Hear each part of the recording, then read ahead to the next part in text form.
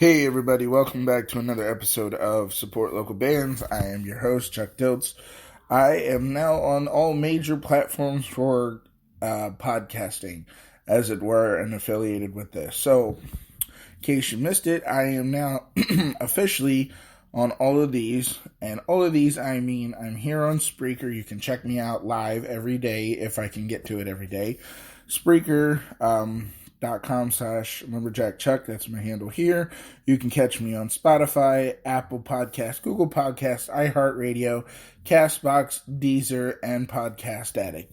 So that is how you can catch me live as I go. You can also check me out on my YouTube page, youtube.com/kingswagger, for the recap and replay. On my Facebook, facebook.com/charles.diltz.96, under 2-ton shotgun, and check out the replays there on Instagram and my Twitter account for those who follow me on Twitter and Instagram.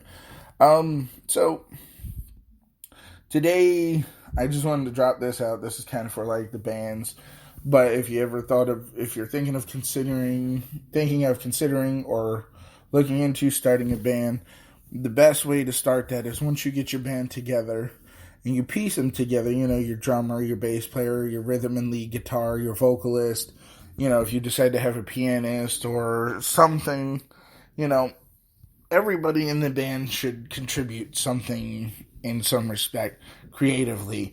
And one of the things I think should be decided is who gets to deal with what, who's in charge of what percentage each of the band members should put in, and so on. That should be drafted up first. Number two, I think what you should have to really start booking gigs and to get solid gigs is an awesome press kit put together.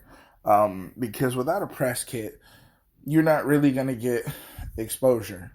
At least if you have a press kit that tells a little bit about who you are, where you're from, your style, what influenced you, and who you played with, who you've opened for, if you played, how many shows, etc. If you put together a good electronic press kit that you can send to the talent buyer for a show, or send to a talent buyer for a national show, or just send out in general, start, to radio stations, to,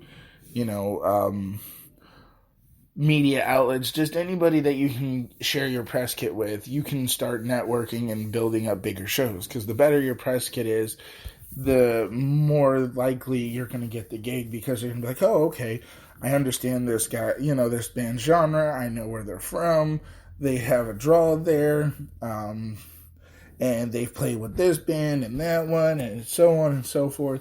So they'll take it more serious with a press kit. Having one of those is key to success. It's kind of like one of the keys to success. Another key is literally taking and playing, not just as a band, but as a family. Because, once you start the whole, hey, listen, this is my band, I'm the leader. No, this is my band, I'm the leader. No, I'm the singer, so I'm in charge. Once you start putting people in charge and not working it out on a split basis of each contributing factor, that's when you really start to fall apart. But a press kit is one of the keys, one of the definite big keys that really lets the talent buyer know, okay, I know where they're from, I know who they played with, I know what kind of draw they have in what area, I know that I can contact them on, Facebook or Instagram or their own personal email and all that type of stuff. That kind of gives them an idea of who you are, your band identity, through your press kit. And another good key to have is, you don't need it necessarily. You don't need a manager, but to alleviate some of the stress so you can focus on a band is having a manager.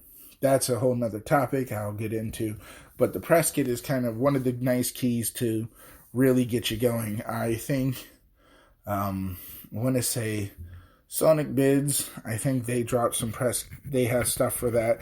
I mean, really, if you Google, press kits for local independent bands, it'll give you, a nice selection. Stay away from the ones that look kind of fishy and are asking for, large amounts of money to put together a press kit. Because, hell, you can even do it yourself, to be honest. But, again, having your press kit is a key to getting your identity out there and letting the band, because most venues and talent buyers, they say, hey, can I get a copy of your EPK, your electronic press kit? And if you're like, I don't have one, you're gonna be like, how do we find you? And then you gotta sit there and go where you attach the press kit, they can click open. Oh, okay, cool. So that was today's short little ditty on press kits and some of the small benefits for them. But again, another key and success in this business, aside from a press kit, is supporting local bands. That means you, the fans, get off your cans, go out, support the bands, make some friends, show some love, show some support, and help them achieve their success and dreams. Because remember, like I've said in prior episodes past and going forward, local bands are no different than national bands. The only difference is the national bands have the pop, flash, and pizzazz. The local bands are trying to work to that standard. But, however, given the fact that I think local bands are a lot cooler than some of the national acts, yeah, definitely support your local scene. Because if you don't have a local scene, you don't have a music scene. And if you don't have music, then it's just gonna stink. Anyway, just want to hit that up. Talk to you, press kits, bands. If you don't have one, go get one. Look it up on the internet.